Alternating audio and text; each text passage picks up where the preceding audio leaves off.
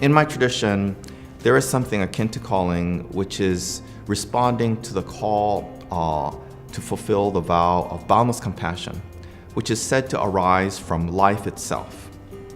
So even though there is a larger sense of calling and fulfilling that calling, there is some difference between some theological conceptions of calling and this particular Buddhist conception of calling, in that it doesn't come from a transcendent source.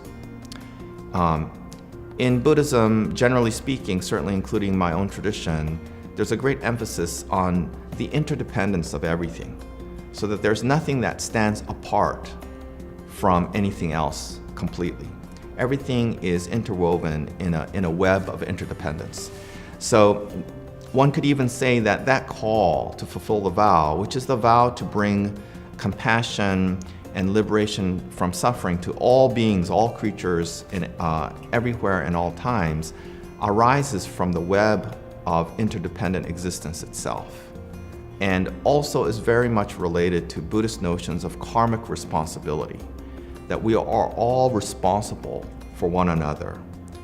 Certainly human beings, but all creatures, what in Buddhism we generally call sentient beings.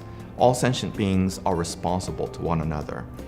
And really the calling is to fulfill that responsibility to compassionately care for and liberate from suffering all beings in the web of interdependence. When I was about 4 years old, I said, can I have a dog? But we were living in a rental house and it was not practical, and my parents said, when we go back to the US, maybe. So I was kind of disappointed, but I understood. But one day they said, we're gonna go get you a pet. So I was very excited. I was envisioning a little puppy. And we went to the Shinto shrine. I'm thinking, why are we going to a Shinto shrine? But inside the Shinto shrine, they had some booths where they were selling some things. And we approached, and there were bamboo cages with grasshoppers. They were selling grasshoppers. And so my father said, here, Marky, here's your pet. And I was given a grasshopper, and I was so disappointed because I was thinking of something soft and fluffy, and here's this little insect. So we took it home, and I was not interested. But my father opened the little door to the bamboo cage, and he started feeding the grasshopper cucumbers and watermelon, and it was just eating away. And so I started to become curious, and then he said, would you like to try feeding the grasshopper? I said, yeah, I want to feed. So then, every day I just couldn't wait to feed the grasshopper. Sometimes we would take out the grasshopper and put it on a flower arrangement. It would start eating the flower. And it seemed to be enjoying itself so much that when we would go out, we were invited for dinner or something, we would leave the grasshopper on the flower. It was a drafty old house. It could escape from the house if it wanted to, but it never did. It was always waiting on the flower when we came home.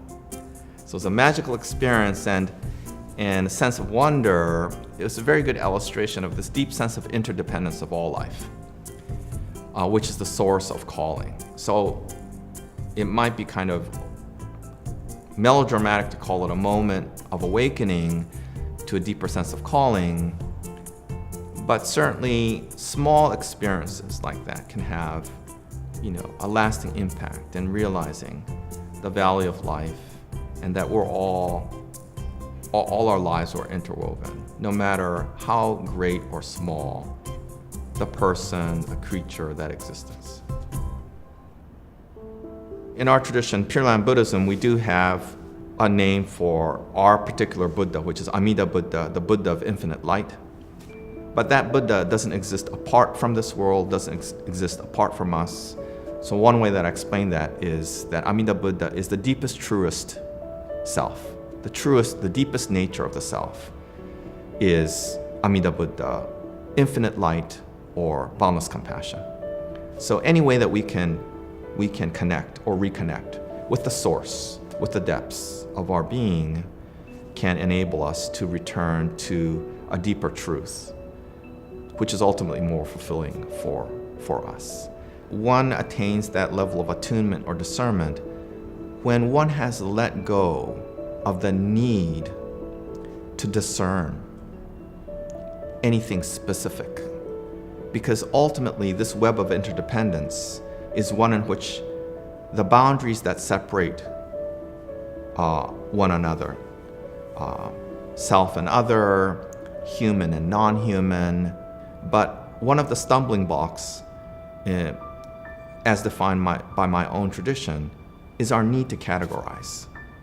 So discernment needs to be a discernment that lets go of all need to discern in a specific or in a linear or in a sort of discursive or dualistic way.